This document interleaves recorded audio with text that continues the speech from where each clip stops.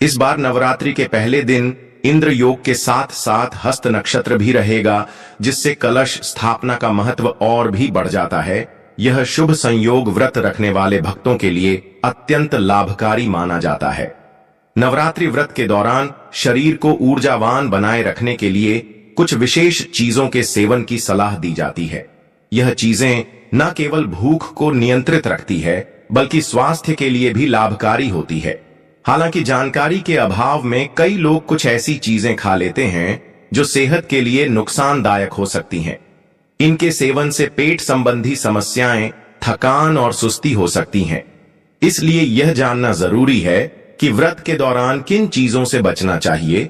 नवरात्रि व्रत में अनाज का सेवन नहीं करना चाहिए, क्योंकि यह व्रत के नियमों के अनुसार वर्जित होता है। गेहूं, मकई का आटा, सूजी और सभी प्रकार की दालों से बचना चाहिए। इनकी जगह आप साबूदाना या कुत्तूम कर सकते हैं। प्याज और लहसुन का सेवन नवरात्रि के दौरान बिल्कुल नहीं करना चाहिए। यह तामसिक भोजन की श्रेणी में आते हैं और इनके सेवन से व्रत भंग हो सकता है। इसके स्थान पर आप लौकी, आलू और टमाटर जैसी सात्विक सब्जियां खा सकते हैं। अत्यधिक तले भुने भोजन का सेवन करने से भी बचे। लंबे समय तक भूखा रहने के बाद बहुत अधिक तला भुना खाना खाने से पेट में भारीपन, गैस और अन्य समस्याएं हो सकती हैं। इसलिए हल्का और सुपाच्य भोजन करें ताकि आपका स्वास्थ्य ठीक रहे। माताएं, बहनें, आप सभी से अनुरोध है कि कमेंट बॉक्स में जय माता रानी अवश्य लिखें, जिससे माता रानी की कृपा आप पर बनी रहे और आपकी सभी मनोकामनाएं पूरी हो। माता रानी का आशीर्वाद पाने के लिए इस वीडियो को लाइक करें और कमेंट में जय मां जरूर लिखें। मांसाहारी भोजन जैसे मांस, मछली, अंडे और अन्य मांसाहारी उत्पाद नकारात्मक ऊर्जा को बढ़ाते हैं और आध्यात्मिक विकास में बाधा डालते हैं। नवरात्रि के दौरान इनका सेवन करने से देवी की कृपा प्राप्त नहीं होती। मांसाहारी भोजन से शरीर और मन अशांत होते हैं, इसलिए इस पवित्र समय में इन्हें त्यागना चाहिए। शराब और नशीले पदार्थ जैसे शराब, बियर, वाइन और अन्य मादक द्रव्य भी नकारात्मक ऊर्जा को बढ़ाते हैं और घर में अशांति का कारण बनते हैं। नवरात्रि में इनका सेवन करने से मानसिक और शारीरिक स्वास्थ्य पर भी बुरा प्रभाव पड़ता है। लहसुन और प्याज को तामसिक भोजन माना जाता है, जो आध्यात्मिक उन्नति में बाधा डालते हैं। नवरात्रि में इनका सेवन नहीं करना चाहिए, क्योंकि यह शरीर में गर्मी बढ़ाते हैं और पूजा के प्रभाव को कम कर सकते हैं। इनके स्थान पर सात्विक और हल्की सब्जियों का उपयोग करें। कच्चे अनाज जैसे कच्चा चावल, गेहूं या अन्य बिना पकाए अनाज पाचन संबंधी समस्याएं पैदा कर सकते हैं। नवरात्रि के दौरान शरीर को शुद्ध और ऊर्जावान बनाए रखने के लिए इन्हें खाने से बचे तेल और घी से बने अधिक तले भुने व्यंजन शरीर में भारीपन और सुस्ती ला सकते हैं। नवरात्रि के व्रत के दौरान अधिक तेल और घी के सेवन से गैस, अपच और अन्य समस्याएं हो सकती हैं। इसीलिए हल्का और सुपाच्य भोजन करें। समुद्री भोजन जैसे मछली, झींगे और अन्य जलजीव भी तामसिक भोजन की श्रेणी में आते हैं। इनका सेवन करने से शरीर में नकारात्मक ऊर्जा बढ़ती है और मन अशांत हो जाता है। नवरात्रि के दौरान इन चीजों से दूर रहना चाहिए। मांसाहारी मिठाइयां और अन्य मांसाहारी उत्पाद भी तामसिक ऊर्जा को बढ़ाते हैं। नवरात्रि में इनका सेवन करने से आध्यात्मिक साधना बाधित होती है, इसलिए इन्हें व्रत में शामिल नहीं करना चाहिए। कुछ लोग नवरात्रि के व्रत में सुबह केवल फल खाते हैं, लेकिन सिर्फ फलों पर निर्भर रहना सेहत के लिए नुकसानदायक हो सकता है। इससे ब्लड शुगर तेजी से बढ़ सकता है और थोड़े समय बाद फिर से भूख लग सकती है।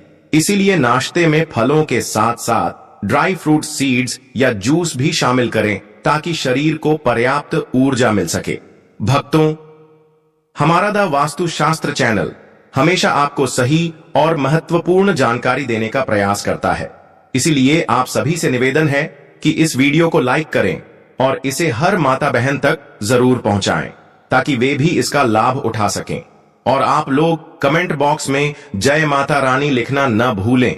अक्सर लोग नवरात्रि के व्रत में अपनी डाइट में साबूदाना शामिल करते हैं। कोई इसे खिचड़ी के रूप में खाता है, तो कोई टिक्की बनाकर इसका सेवन करता है। लेकिन ध्यान रहे, किसी भी चीज की अधिकता सेहत के लिए हानिकारक हो सकती है। साबूदाने में स्टार्च अधिक होता है, जो शरीर में ग्लूकोज में बदल जाता है और ब्लड शुगर लेवल तेजी से बढ़ा सकता है। इससे शरीर में ऊर्जा की कमी हो सकती है और जल्दी भूख लग सकती है। इसलिए साबूदाने की खिचड़ी या टिक्की का सेवन सीमित मात्रा में करें। इसकी जगह समा के चावल या कुत्तूम आलू का इस्तेमाल किया जा सकता है। आप दही आलू, जीरा आलू, आलू टमाटर की सब्जी या आलू के पकोड़े बना सकते हैं। कद्दू भी एक अच्छा विकल्प है। इसे खट्टा मीठा बनाकर या पकोड़े के रूप में खाया जा सकता है। शकरकंद का हलवा, टिक्की या चाट बनाकर खाया जा सकता है। अरबी भी उपयुक्त है। इसे सूखी सब्जी, दही, अरबी टिक्की या कटलेट के रूप में खा सकते हैं। रतालू और सूरन का भी सेवन किया जा सकता है। आप सूरन चिप्स या सब्जी बना सकते हैं। कच्चे केले से सब्जी, केले के चिप्स या फ्राई बनाकर खाया जा सकता है। कच्चा या आधा पका पपीता हलवे या सलाद में इस्तेमाल किया जा सकता है। टमाटर का उपयोग करी या चटनी में किया जा सकता है। कुछ लोग व्रत में पालक, लौकी, खीरा और गाजर भी खाते हैं।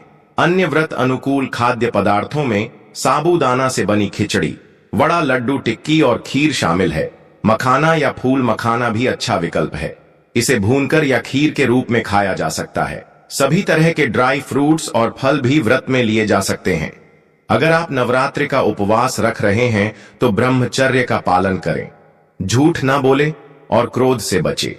इन 9 दिनों में किसी महिला या कन्या का अपमान न करें। भले ही आप उपवास ना रख रहे हो, फिर भी गुटखा, पान, तंबाकू, मांसाहार और मसालेदार भोजन से बचे। व्रत के दौरान बार बार पानी पीने से बचना चाहिए। कई लोग दिन में 2 बार भारी भोजन कर उपवास करते हैं, लेकिन ऐसा करने से व्रत का सही लाभ नहीं मिलता। उपवास को नियम पूर्वक करना चाहिए। नवरात्रि में रस उपवास, फलाहार उपवास, लघु उपवास और पूर्ण उपवास जैसे विभिन्न प्रकार के उपवास किए जाते हैं। हर व्यक्ति अपनी क्षमता के अनुसार उपवास रखता है। व्रत के दौरान यात्रा, अनुचित वार्तालाप, गाली गलौज और अपशब्दों से बचना चाहिए।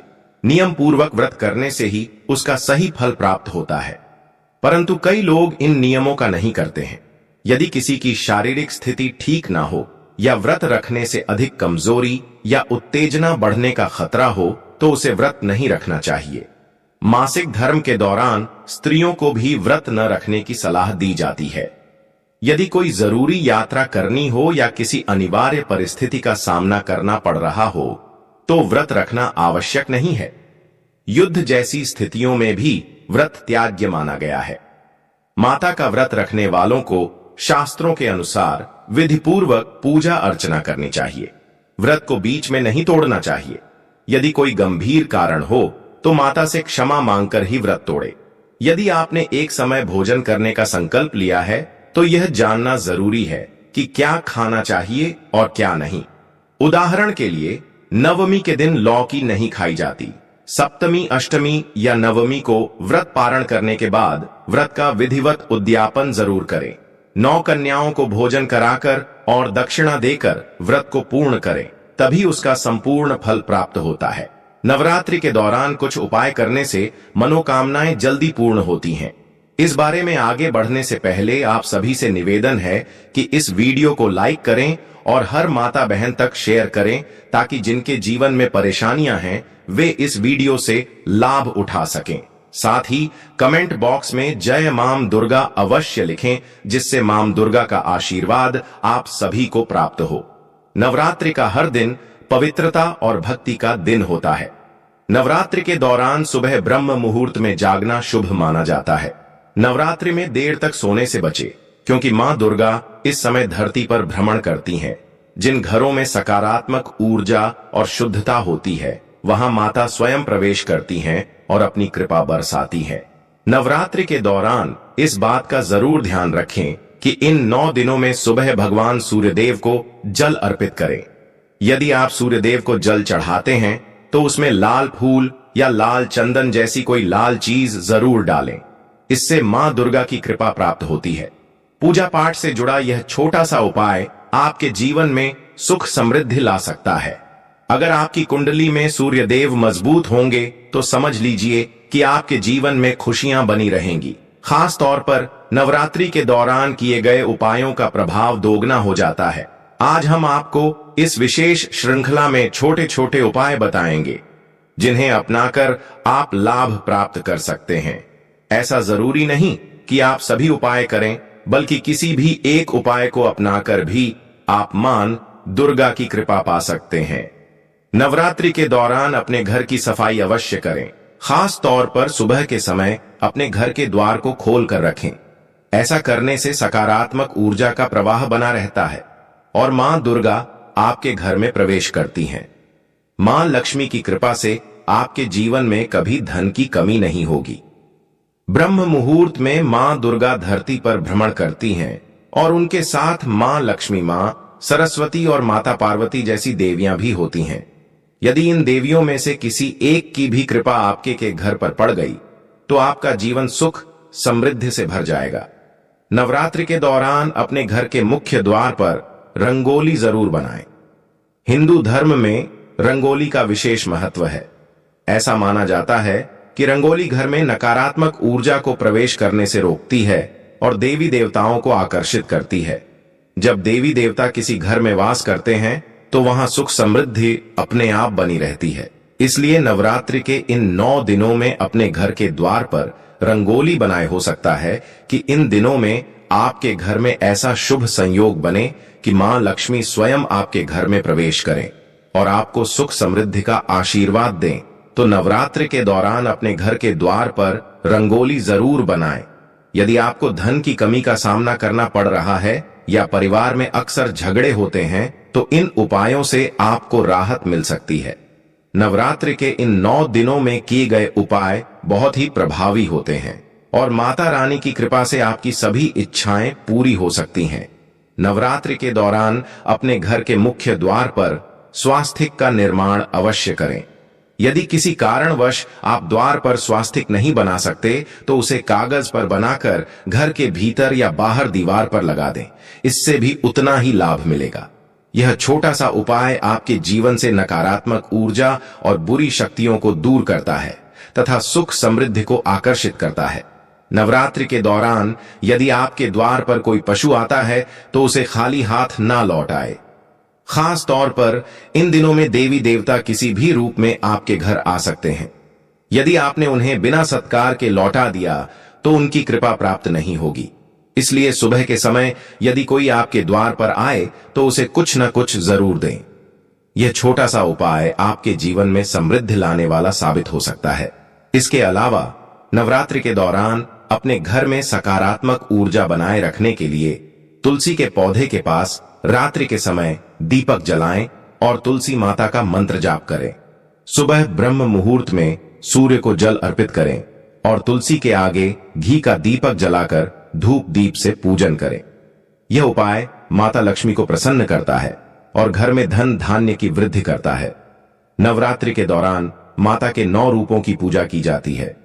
महिलाएं और पुरुष व्रत रखकर माता रानी को प्रसन्न करने के लिए पूजन करते हैं, जिससे उनकी साधना सफल होती है।